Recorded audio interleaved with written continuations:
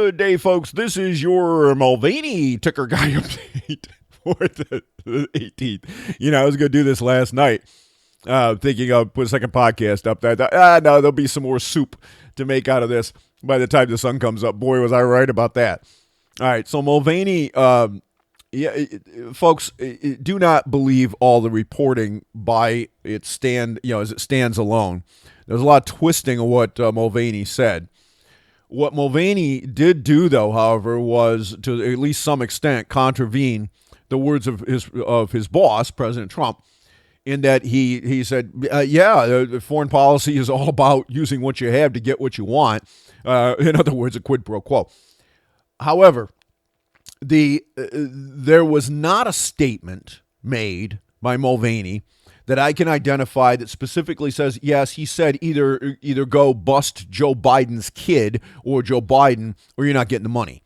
Okay, that wasn't part of the conversation, and that wasn't admitted to. And so, Schiff is running around with his hair on fire. The things just went from terrible to much worse for President Trump. Look, guys, the House is clearly going to try to vote out articles of impeachment. It is a losing issue with the American public. It's a losing issue even among Democrats in that they're relatively split on this. Yes, a majority of them want to see this happen. There's going to be no conviction. And let me point out that since the House doesn't think it has to follow precedent in the Constitution, or the Constitution for that matter, the Constitution says that impeachment rests solely in the House. It doesn't say it rests in the Speaker of the House. It says in the House. So the Speaker cannot task the House by herself, but the various subcommittees and committees of the House can turn around and hold whatever kind of investigation they want as long as it is for a legitimate House-authorized purpose, and impeachment would fall into that. Nonetheless, they would have to report out articles that then have to go on the floor. They have to be debated and voted on. Why isn't that happening at this point? Well, remember, the House has 3 times in the past, since President Trump was elected, attempt to vote on initiating an impeachment. All 3 votes failed, including one of them after Nancy Pelosi took the Speaker's gavel. So let's recall that when they get to the point that they've actually allegedly got their so-called evidence, that's going to happen. But since they haven't taken a vote to authorize the inquiry directly, it is entirely possible that Mitch McConnell, because as Chief Justice Rehnquist at the time confirmed, the Senate can conduct its trial any way it wants.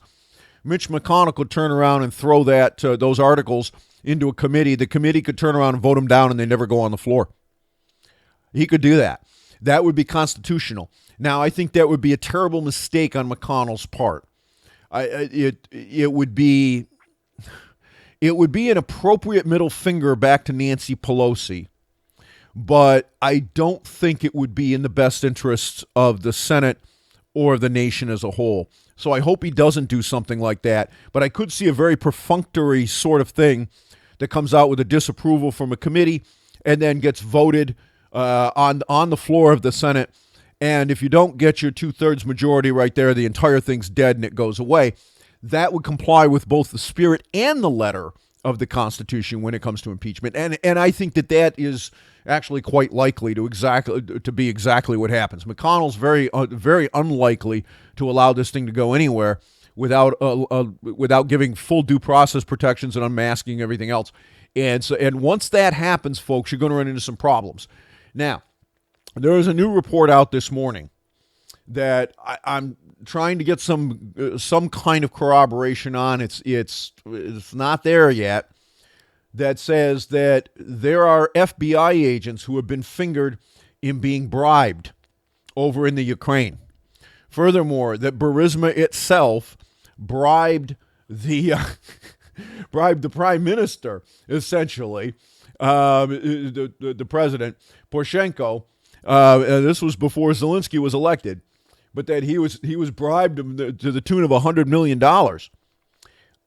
in order to kill the prosecution in money laundering and kickbacks, not just to people in directly involved in Burisma, but to Biden and his family, along with other financial resources and other financially linked people.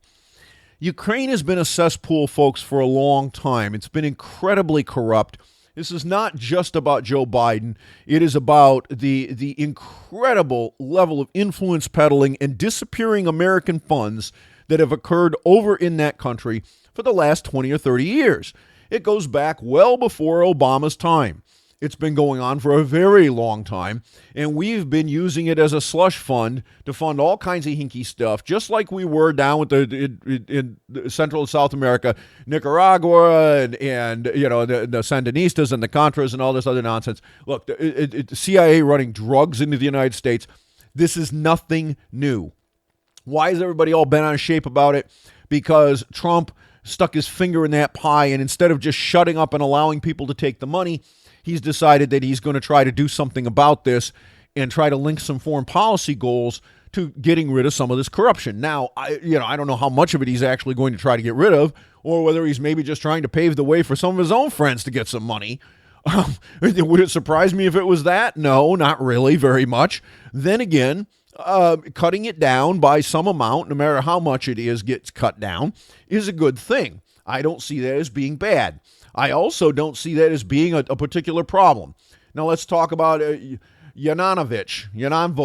I can't pronounce that chick's name. Anyway, she has been fingered as having run an enemies list on Americans through the State Department. Now that particular little revelation did not come out of some far left or far right conspiracy group. That comes from Poso, and it also comes from Nunes, who made, as it is said, strange and irregular requests to monitor U.S. journalists.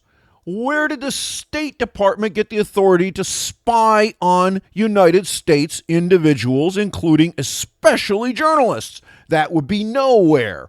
That's been coming out. And in addition, we now have information that a State Department official in 2015 flagged the Ukrainian corruption problem with Burisma to Joe Biden and was basically told to go pound sand. All right. So, folks, you want to go jump all over the Mulvaney thing? You go right ahead. The reality of the situation is that we have a administration, Barack Obama's administration, that was openly involved in money laundering and corruption over in the Ukraine. He knew about it. He was told about it. And his vice president told the people who were reporting it to him and were bringing it up to go pound sand and stuff eggs. Well, guess what, folks? That's relevant. And furthermore, you cannot escape culpability for your actions by declaring your candidacy for president of the United States for things that you did in the past. This is not about influencing 2020. This is about digging into what has happened before and where all of the money that America has spent, our tax money, over in that country has gone. There is not a damn thing wrong with looking into that. There's not a thing that's improper about it. And there certainly is nothing wrong about uncovering all the people who were on the take and taking bribes and maybe paying them as well. And you know what? If it turns out that some of that leads back into Rudy Giuliani's circle, then they ought to nail his ass as well. So there you go. I'm your ticker guy, and that's my view.